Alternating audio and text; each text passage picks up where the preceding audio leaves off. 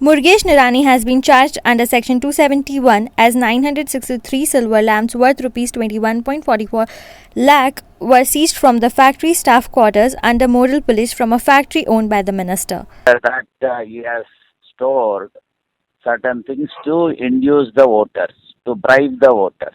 For the provisions of Section 171 AD, Yes, so sir. is an offence.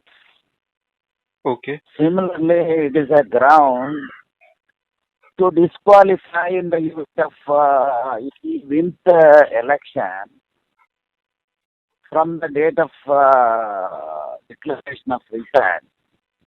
So, a voter or a defeated candidate, for the provisions of Section 171 AD, Yes, so sir. is an offence.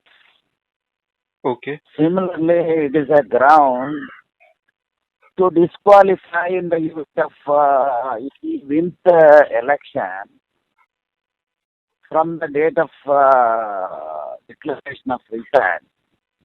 So, a voter or a defeated candidate. So, it will be a good ground that because of corrupt practices, so he has won the battle.